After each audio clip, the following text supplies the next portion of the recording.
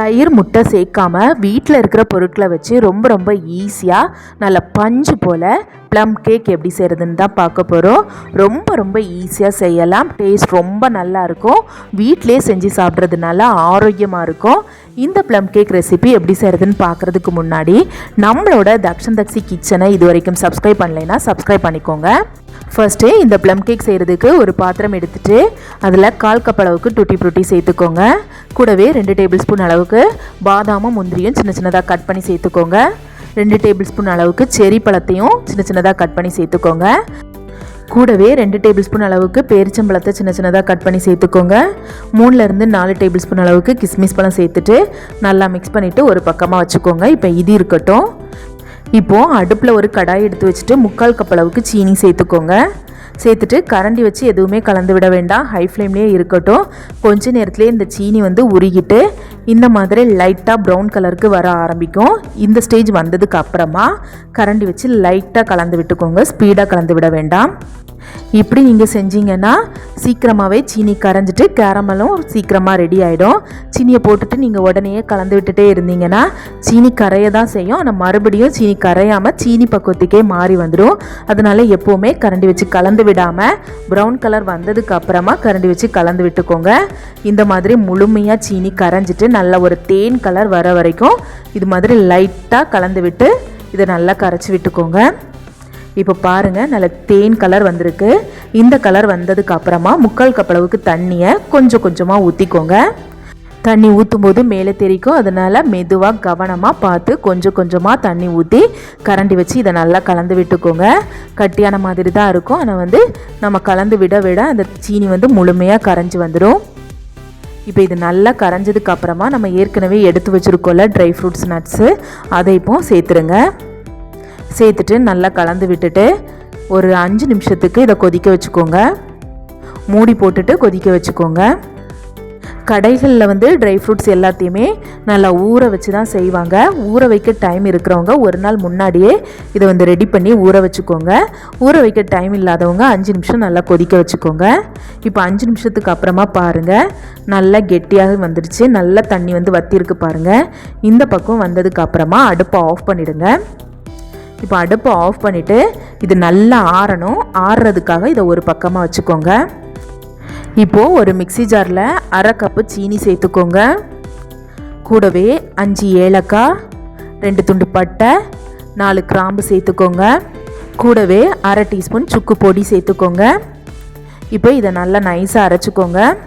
அரைச்சதுக்கு அப்புறமா இது ஒரு பக்கமாக வச்சுக்கோங்க, இருக்கட்டும். இப்போது இன்னொரு பாத்திரத்தில் 1/2 கப்புக்கு கொஞ்சம் கம்மியாக ரிஃபைண்ட் ஆயில் சேர்த்துக்கோங்க.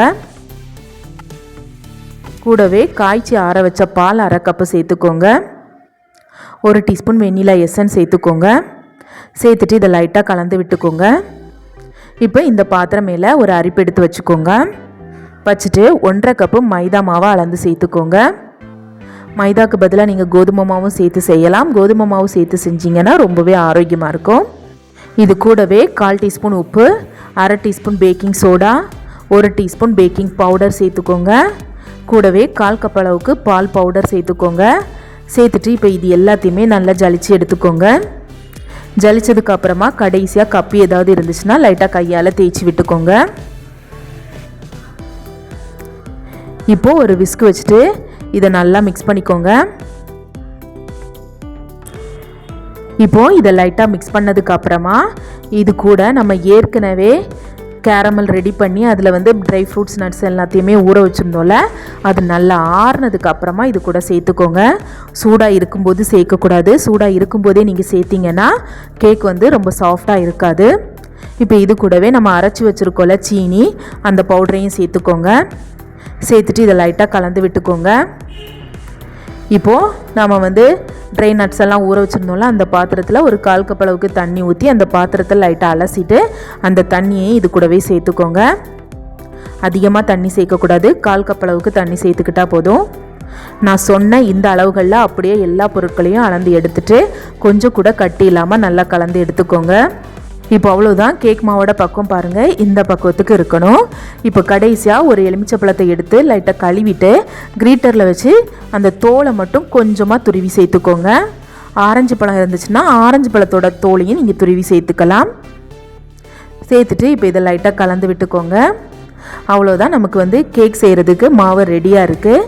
இப்போது கேக் டின்னில் வந்து நடுவுலையும் சுற்றியும் இந்த மாதிரி பட்டர் ஷீட் வச்சுட்டு எண்ணெயும் லைட்டாக தடவிட்டு நம்ம ரெடி பண்ணி வச்சுருக்க கேக் மாவை ஊற்றிக்கோங்க. நம்ம நட்ஸ் எல்லாமே அதிகமாக சேர்த்துருக்கிறதுனால கேக் வெளியில் எடுக்கும்போது உடஞ்சிடும். அதனால் கண்டிப்பாக பட்டர் ஷீட்டு சுற்றியும் கீழேயும் போட்டிருக்கணும். இப்போ மாவை ஊற்றுனதுக்கு அப்புறமா நல்லா டேப் பண்ணிக்கோங்க.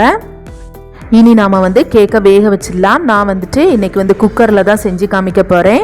ஃபஸ்ட்டு குக்கரில் வந்து ஒரு ஸ்டாண்டு போட்டுட்டு மூடி போட்டு ஒரு 10 நிமிஷம் ஹை ஃப்ளேமில் வச்சு நல்லா சூடு பண்ணிக்கோங்க.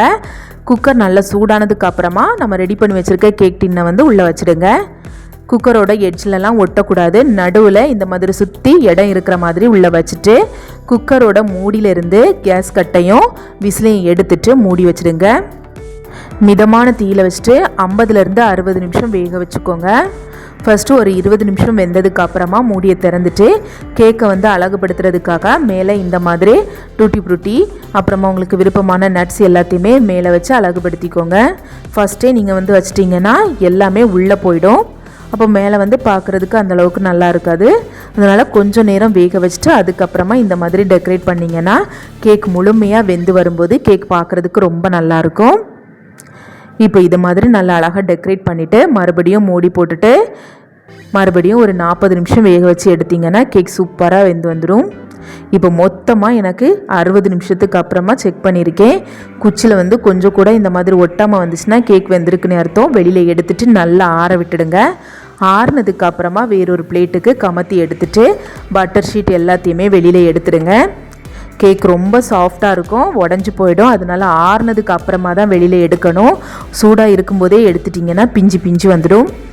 கேக் ரொம்ப டேஸ்ட்டாக இருக்கும். கண்டிப்பாக செஞ்சு பாருங்கள்.